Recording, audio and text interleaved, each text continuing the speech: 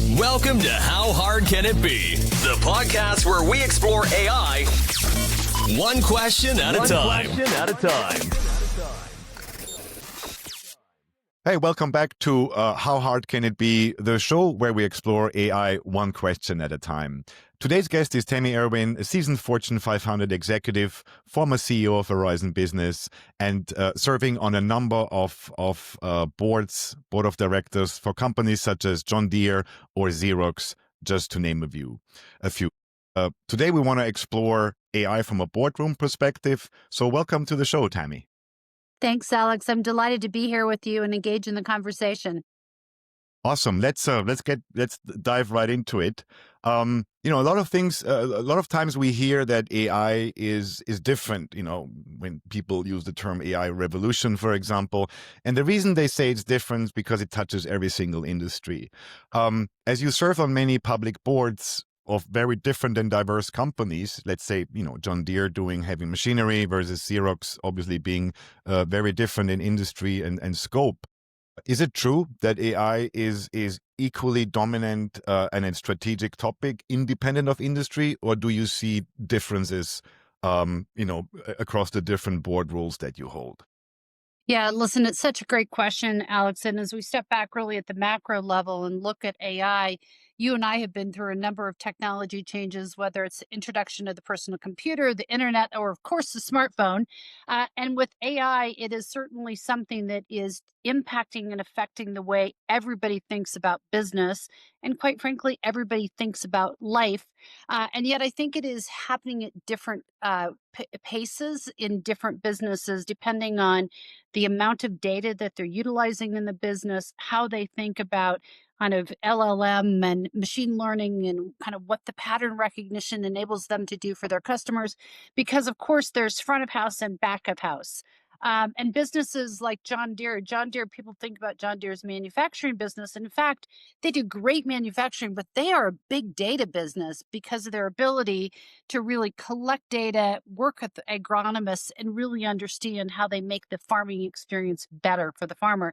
And so they're a leader of how do you use AI to be better, faster, smarter, cheaper on behalf of their customers. You have somebody like a Xerox who's also a manufacturer and yet moving very, very quickly to digital.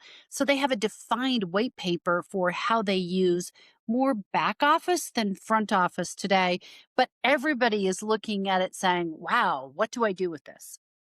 Perfect. So every industry, but different flavors and different manifestation in sense of the objectives that are being pursued with AI. Yes, guess. I would say that to be true. And I think one of the things, Alex, super interesting for me as we look at AI and big businesses, whether it's a John Deere and F5, it's a satellite business like York Space Systems, is AI is about experimentation as opposed to perfection. And you and I, having worked together at Verizon, we know that big businesses want perfection before they do implementation. And the AI world doesn't allow that. It really requires experimentation, rapid learning, and then acceleration. And so I think that's the difference, the distinct difference that we're seeing that businesses are really struggling with and yet embracing in many ways. Perfect. I talked to a CEO the other day and he told me that, he wants to take it slow with AI, but the board is pushing him really hard. And I talked to a board member where I got the reverse story in sense of, our CEO is going all in aggressively on AI, but we think it should be, the pace should be slowed down. Any insights on dynamics between CEOs, as at the helm of the business on a day-to-day basis versus, the strategic outlooks that boards are driving, or in your cases the CEO and the board basically on always the same page in sense of how fast they should push AI, how it should be adopted, and to your point, right, break it fast and improve upon. Listen, I think there's a lot of debate here as you think about how do you use AI effectively? What do you do now to win in your businesses versus where do you plan for the future and skate to where the puck is going? I am seeing a lot of debate in the boardroom right now about what's relevant, how do we move quickly so that we take advantage of back of house and yet at the same time understand how we use it for front of house to improve and modify the way we serve customers. Again, better, faster, cheaper, because that's what customers expect out of it. There's also a really big cultural element here, Alex, that I think the COO and CEOs are dealing with today, and that is how do they bring people along on this journey with them? Because AI is more than just technology. It is about how do we use technology to make people better, to enhance the quality of the work that they do. And yet there's a lot of fear amongst people of AI taking my job. And so if you're the CEO, you have to care deeply for all of your stakeholders. You're thinking about what do your shareholders expect? What do your employees expect? What do your customers expect? And how will society embrace this technology? And so there's a lot of variables to consider. And this is really, I think, more than ever, a CEO led acceleration as opposed to, oh, delegate that to IT and let's see what they come back with. And it is requiring, whether you are the CEO or a board member or a frontline employee, that you take the time to understand, learn, and engage with AI because it is happening all around us and it's either going to happen with you or without you. So great debate between the CEO and the boardroom, but really positive conversations. Right. No, perfect. I'd like to touch on the workforce implication a bit later. But Yeah. another thing I wanted to pick your brain on is some companies, as they read the MIT studies that 95% of pilots, agentic pilots at the moment fail and very little goes into production. And to what we just said, right? Move fast, break things, iterate from there. Do you think there's a first mover advantage? Or do you think there's companies that basically look at the first wave for people kind of, to bite their teeth on AI, and then as it gains, traction and maturity, they come in at the second wave? Or is it, everybody is off to the race? Yeah, listen, this is so interesting. I smile only because I was in a boardroom yesterday where we were having exactly this debate. And by the way, this is a debate that's had on every front, whether it relates to product, whether it relates to employee policy and kind of culture changes. But do you want to be a first mover or fast follower? And in this case, I think you have to do both. You have to be prepared to do experimentation in your own business to understand the art of what's possible. Because Alex, I believe we will do more with AI than any of us today can imagine. And I That's for know sure. that's a big statement, but if you don't experiment and you wait until somebody else has perfected it, you might be dead. Yeah. Meaning the business might be dead because it is moving so fast that you really need to. Every business needs to say, how do I experiment today so that I capture those learnings and understand and can imagine the art of what's possible in using technology to improve the effectiveness of my organization? And I'm very intentional in using the words improve the effectiveness of the organization because while I think this will improve productivity and it may have the implications to people's jobs, this is going to be done right an enhancement to the quality of the work that we do as employees because that administrative kind of data collection information that doesn't really require our brain will be done by AI and it will help us be better at how we serve our customers. It will help us be better as we imagine how we solve problems. It will help us be better as it relates to how do we engage employees in meaningful work. It does require that we're very intentional as leaders about how do we reskill and retrain, but that's why you have to do experimentation and not just wait to be a fast follower. No, that's perfect. And that kind of your perspective answers my probably answers my next question, where so a lot of people online that call AI a bubble to a certain degree because they make statements like there is no ROI is nowhere in sight. But to your point, this is probably the wrong time, or the time has not come yet to look at ROI because we're still in this early adoption, to your point, experimentation phase. I guess nobody in your boardroom is at the moment concerned about ROI when it comes to AI, correct? Listen, the boardroom lives and the CEO, CFO live with the expectation of ROI. What's my investment? What's my return? Where are my capital investments? How do I think about what I'm going to fund, what I'm not going to fund? Can I take people from here and put people there?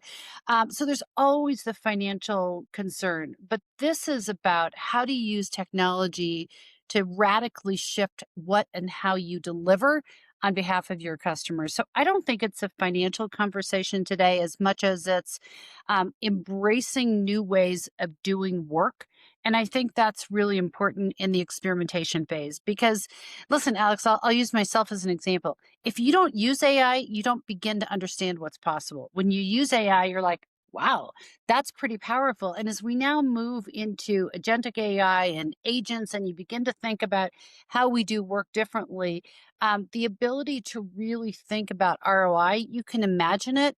And I think businesses are saying things like, gosh, keep your head count flat next year and figure out how you redefine work. And so there is some soft pedaling, I would call it soft pedaling around ROI investment. I do think we have to be really, really cautious that every business today, all you have to do is listen to the earnings calls of CEOs, and everybody wants to talk about AI because they think it's an accelerant to their stock performance. I mean, you look at NVIDIA, you look at, I mean, Alex, I watched the Super Bowl last year, and every commercial in the Super Bowl referenced AI, even Coca-Cola. Okay, what is Coca-Cola doing with AI? But people are talking about it because they think it's a value add to their stock performance. I mean, we've never seen the market be higher. And is that artificial inflation? I think what we recognize, regardless of what you think there, is you pull it back and say, if you're not using AI, you're behind in the race. And you need to participate in the race in order to have the really the stamina to perform against what the art of the possible is. Cost everywhere from the board of directors on down that we're trying to evaluate and size this business appropriately to go forward. Makes sense. Of Makes course. sense. We touched on the EV market. One of the better end markets for you as of late has been the data center market. Maybe we can give investors use AI or don't use AI to their advantage. To your point, might face a challenge in the job market. Yeah, I think they will, and I think it's incumbent upon every employee in the marketplace to understand what can AI do, how can it help you be more productive. Don't wait for your employer to figure out how to retrain you, reskill you. You better retrain and reskill every day. Yeah, you and I were having this conversation as we were getting started today, and that is that I spend a ton of time investing in learning and being a student of life. How do you be curious? How do you experiment? How do you understand? How do you read? How do you engage in conversations and debates with people that are smarter than you, so that we can individually figure out how do we contribute to the conversations that are happening? How do we contribute to the embrace of technology to make the world better? Perfect. And I don't want to go on a tangent on this MIT study that suggests people, using GPT on a regular basis show way lower, brain activity. To your point, read real books, read real things, and not only rely on GPT. And then, Alex, I would just challenge it, and then use the data that you have access to make decisions and action something different and a change that can be impactful to the stakeholders you serve. Yeah, that makes perfect sense. If I think back at our time at Verizon, I remember, cybersecurity just became a topic for the boardroom, right? We had many conversations that the board at that time, 5, 6, 7 years ago, didn't care too much about cybersecurity. Reporting to the boardroom about cyber posture was very immature. That obviously has dramatically changed. Do you see this different with AI, that boards, when they talk about AI, also talk immediately about safety, security, ethical concerns, responsible AI? Or are we again in this gold rush where we think later about, okay, now let's think about security or responsible AI? We are very much thinking about both in tandem. Mm-hmm. And I think that cybersecurity was, quite frankly, a great primer for the board and for the management team to understand the risk that comes with kind of bad actors and the potential of AI to accelerate bad actors, and therefore the importance of risk assess and protection as you go through experimentation. This is not reckless experimentation. This is experimentation understanding the risks if you don't participate and the risks when you do. And those risks are really across the board as you think about risk to employee culture, risk to how you think about a potential error you introduce that you didn't think you were. There's many, many risks, and we're spending a lot of time understanding and risk assessing and prioritizing where the risk is and how much risk appetite we have as we think about the use of AI and the safe use of AI? So it's a really important question, and I'm glad you've raised it.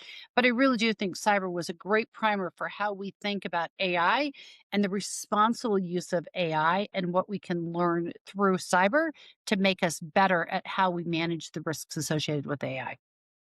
I think it's a perfect, you said it perfect in sense of being a primer.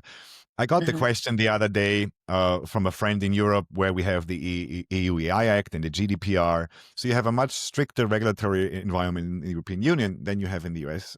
And his question was, well, are you concerned about AI safety given that there is de facto no regulation? But the answer I gave was exactly what you said. My optimism in this case is because we had cyber as a primer, enterprises understood whether I'm regulated or not. It doesn't matter. A breach or a negative event will be a liability, will be, harming my reputation. So in my opinion, independent of, or in the absence of regulation, I think companies, to your point, take this very serious because they understand the risks and the impact. Yeah, listen, I think you've said that very, very well. I think regulation is coming at some point because it always does. But I think enterprises have learned from the regulatory environment related to cyber and related to so many other things that they have self-developed the risk assessment model to be able to use that same kind of risk assessment model in how they responsibly use AI to serve their customers and to serve their businesses. And so I think they're actually setting a bar that is very high in terms of what they do because reputation is everything and they can't afford to ruin that reputation for any of their stakeholders. And so I think there's actually very responsible use of AI based on the things that we did learn and continue to learn from cyber because the business is moving so fast. And I think we find ourselves, Alex, I'm surprised that we're 15 minutes in before we're talking about China, but let's throw China out there. You have an environment, and I work with a number of businesses that, engage in business in China and those that cannot engage in business with China. But what we know is, China's moving fast with AI. And so how do we make sure that we're not being left behind? And so I think there's been a little more freedom and flexibility around experimentation, but very responsible experimentation as businesses think about how do you use AI responsibly, because it only takes one breach and you're out of business. So how do you think about this in a responsible manner without the regulatory environment? And more importantly, how do you help to shape and influence the regulatory environment? Because one of the things I think we're learning is that Congress can only do so much. When I think about the time I spend learning about AI, and then I think about the amount of time Congress can afford to spend learning about AI while they're learning about banking and healthcare and all the other things that they're learning about, the fact is businesses have to demonstrate responsible hygiene for how they use every asset in their business. And AI is certainly one of those assets that I think they're demonstrating good hygiene for. And cyber was a great primer for how we think about this and really put guardrails around the work that we do. I think that's perfect. And you bring up a great point, right? We can't rely on lawmakers because it's simply overwhelming. The pace it moves, the complexity, and therefore, I think it's reassuring to hear from you, how serious companies are taking the risks and the practice of responsible AI. And Alex, I would just tell you, it isn't just like, oh yeah, we need to be responsible, but there is real framework and real structure for how businesses are thinking about this, and they're either assigning it in through their audit committee or in through their risk committee. So there's defined requirements around how do you think about it, both from a back of house, front of house. And I think that's really important. And the really good partners that you're working with to bring AI into your business are also thinking about this so that you can be effective at how you partner with others to accelerate the movement and yet do so responsibly. Perfect. I learned the other day about China that, and I read an article. I haven't obviously verified it, but it came from a reputable source that China does understand the risks and the potential impact, societal impact of AI, and apparently they disable any large language models during exam season. So during exam season, they basically make sure that no student has access to a large language model, which, I found interesting from a societal perspective in sense of, trying to protect or trying to avoid extreme negative impact of AI. So that might be an interesting idea, even for the US, to keep the workforce competitive and on their feet. So it's so interesting you say that. And I think we're in a season where kids are going back to school. And I just have to take 30 seconds to say we have so much work to do to redefine education and how we educate children, adults, and continue to be students of life, because the reality is we can no longer ignore the tools that we have, whether it's your smartphone, whether it's the internet, or whether it's AI. And so how do we incorporate that into the learning process so that we help to educate around the importance of decision making and social engagement and good communication skills and reasoning and all the things that, because we have access to data and information that we never had when I went through grade school. I actually had to learn to use, to do math by hand, Yeah, or me to write too. a complete sentence, or Yeah. all those, or to spell. And that's not how kids are going to use their time. And the question, I think, all the way through adult learning is how do we really continue to be students of life so that we take advantage of the tools that we have, but we don't check our brain at the door. We actually accelerate the use of our brain. And you're watching kids as they go back to school. Check in your smartphone.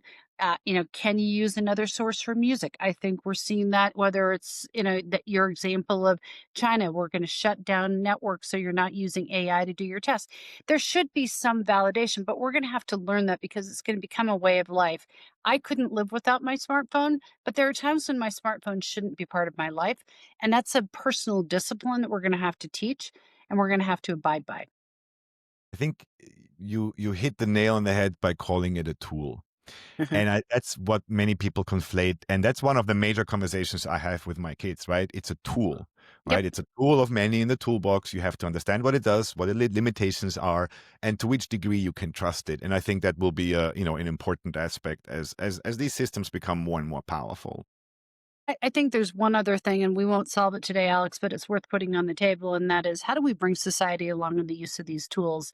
And we've got an aging population that doesn't know how to use these tools. And so, how do we find ways to bring the entire population along to have access to these tools so that we're all engaging with technology in a way that makes us a better society, as opposed to there's a subset of society that's using these tools, and now we're talking a language that's different than perhaps the older generation is using. And it's quite interesting if you go back to just read back through history. There was always a tremendous amount of respect for elders Hmm. because you went to elders for information.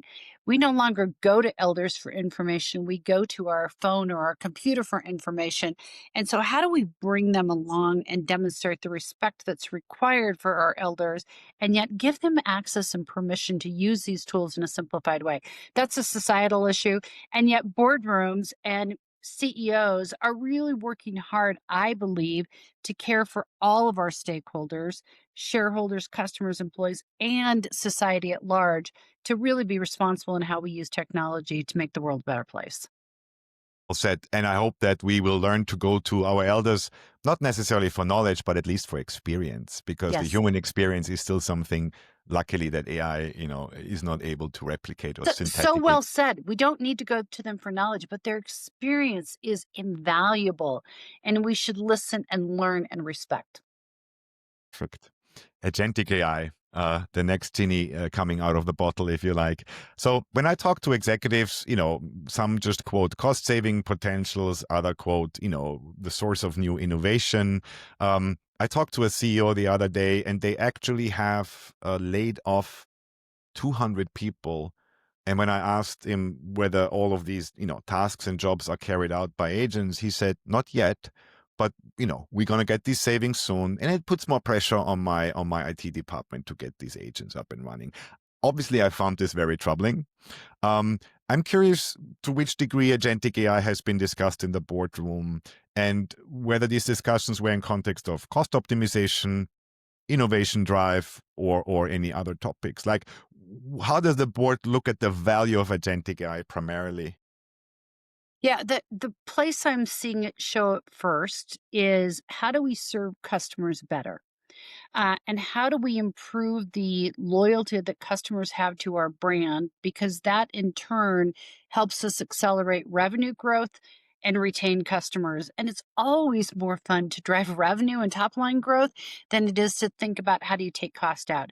I think ultimately we will use it for both. And when I think about the ability to engage both at the sales motion, at the service motion, I do think we have to first and foremost think about agentic AI as a companion to our workforce as opposed to a replacement for our workforce. I have the privilege of being an advisor for DevRev, and they're an exceptional company that is really helping to solve this problem for enterprises, which is how do you have AI for enterprise and enterprise tools so that you can, in fact, serve customers faster and better and then use and consistently. And this is the thing that I think, I started my career in customer service many, many years ago. And I have a tremendous amount of respect for the work that we ask our frontline employees to do because they need tools and resources and information to be effective at how they serve the customer. If you can outsource that to agentic AI and use them to solve and redefine process and solve and redefine the softer engagement with customers, you can really improve your customer loyalty. And so businesses that are doing this best are those that are saying I can improve my top line, I can grow revenue because I can improve the brand effectiveness that I deliver. And I'll use, having grown up in customer service, the call center world. If I was a call center rep today, I might be worried about where my job was going because agentic AI can probably do my job faster and better um, as customers accept that. Now, I think there is going to be an acceptance rate that takes time. But you and I know that if I can engage with an agentic if I can engage with an agent that gives me the information quickly and it's accurate, I'm going to do that all day, every day, because I don't care if I'm not engaging with a human. And you So don't the have to wait question 10 is, minutes in line, and I don't have to wait potentially. 10 minutes and I don't have a language barrier. So I think there's a lot of ways to think about how do you use it to improve top line. And then how do we as individual employees think about retraining and understanding, okay, if somebody else is going to do that component of my work, how do I add value elsewhere so that I continue to be relevant to the business in which I serve? And there are some jobs that I think will be supplemented faster as a result of agents and agentic AI, and some that will take longer amount of time to do.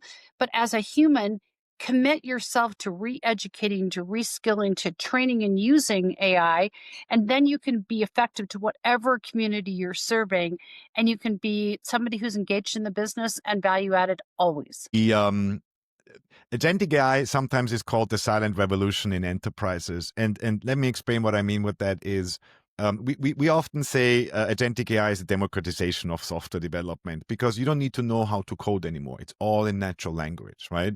So we talk with a lot of businesses which are really struggling with that breakdown of almost of governance, where in the past IT and application development, in the cybersecurity group, basically they owned and controlled what was spun up in organizations, what has been used. But now you see any business line being able, without zero coding knowledge, just to spin up an agent and start doing things. And I see this as a big struggle for many CISOs that we're talking to, right? How do you govern it? How do you control it?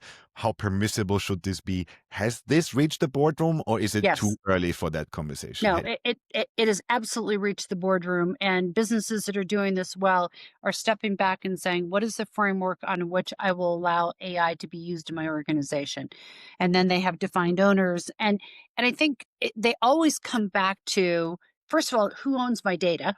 Because that's an important, and do I have good controls around my data? And then how do I use my data, and who has access to what tools and which tools are available?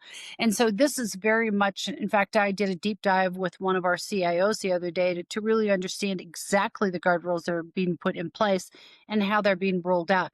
I think it can cause a little friction because people are like, whoa, whoa, whoa, I can go faster if you just give me permission to do. And yet you've got to find that right balance between controls and experimentation. And that pressure is happening in organizations today because they're like, I could solve this problem. I don't need to wait to go through IT. However, if IT is really relevant in defining good frameworks, they can move quickly to work with their partners. I think we are going to see a complete shift of organization structures as well, because the traditional C-suite where everybody has a seat at the table and everybody has a voice, with agentic AI, you're going to have to relinquish some of your decision making to a machine that's smarter than you, and that's really hard to do if you define your success based on your responsibilities. So the org structures I think are going to turn upside down. What do you do with an organization where you've got a third of your people are live humans and 2/3 of them are agents? What does that look like, and how do they engage as teammates? And so there's a lot of issues, really interesting issues that we're going to have to solve with, but it does require good hygiene and good framework about how do you avoid and de-risk the use of AI while you move quickly to take advantage of AI for front of house and back of house. This is very encouraging, listening to you, what topics are already being discussed in the boardroom. And again, I'm reflecting back to the cybersecurity days where we had a hard time kind of getting into the boardroom, but it's great to hear that, all of these things are a topic already. For my final question, I kind of dip into what you mentioned before in sense of, societal changes to the labor force. And you just said, right, the call center agents might be concerned about their future job. We have seen examples where editors were laid off, where paralegals were laid off. So you do see some job roles having an impact, already. So my final question, which is what I ask most of my guests, is what keeps you awake at night when it comes to AI and the promise versus the risks and what possibly can go wrong? Yeah, but boy, that's a big question. I But know. let me just kind of break it down, because I find incredible excitement about AI, because I think it's going to allow us to do things that we never could have imagined that we could solve for. I'll use healthcare as an example. If you're able to provide healthcare solutions to people who have been underserved today, because you now have access to technology that allows better diagnostics, better treatment, better access, that's a great example. And there's just thousands of examples. And the more you do, the more you see, the more you imagine what's possible. So I spend a lot of time imagining what's possible and being excited about it. I do worry a lot, Alex, about how do we bring society along with us? Because you and I live in a world where we see this all the time. We talk about it. We engage with people that are trying to understand it and struggling with it. We read, we listen to podcasts, we're engaged in conversations. But there's a lot of society that doesn't have time or access to those kinds of conversations. And so I worry about education. How do we change education so that we introduce this in a consistent way where kids begin to be excited about it, but we don't lose the ability for them to communicate and have emotional connection to the work that they're doing? We need to maintain the core values of who we are. We need to make sure that AI doesn't discriminate against society and individuals within societies. Garbage in, garbage out. That's a worry for me as I think about kind of how do we discriminate and what does that look like? How do we bring society along with us? Because there is this race to use AI to accelerate revenue and to take cost out. Because we are a business we are a society that understands and values growth in financial portfolios as CEOs and boardrooms. I mean, your key stakeholder is your shareholders. However, I think CEOs and boardrooms are recognizing the power of a balanced stakeholder portfolio that they serve. And so trying to understand not just how do you serve your employees and engage them in the conversation, how do you deliver for customers, how do you deliver for your shareholders and optimize what's possible, but how do you also deliver for society at large? Because our workforce of tomorrow is society today. And so making sure that we care for all of those in the AI race, I think I am seeing responsible leaders be very thoughtful about how they engage from a societal perspective. And again, I'm going to come back to a thought that we talked earlier, and that is that the AI revolution within organizations has to be CEO led, because if it is IT led, it is a technical implementation. If it is CEO led, it is a stakeholder led conversation, and experimentation will allow perfection. And being able to bring everybody along on the journey. Yes. rather than Yes. just being a tool. Yeah, no, Yep. perfect. Tami, thank you so much for being on the show. I learned so much today, and I really hope I can win you over in 6-8 months to hear how the AI journey was progressing in the various companies that you serve. So thank you very much for joining us today, and I hope to talk to you soon. Thank you. It's been a privilege, and it will be fun to see in 6 or 8 months what the world looks like. I Thank you for agree. your leadership and the opportunity to engage in the dialogue. Thank you very much. Today's podcast is brought to you by Aiceberg. In just 5 minutes, Aiceberg becomes a guardian agent that oversees all AI traffic, enforces policies, and protects your enterprise from AI breach. Learn more at aiceberg.ai.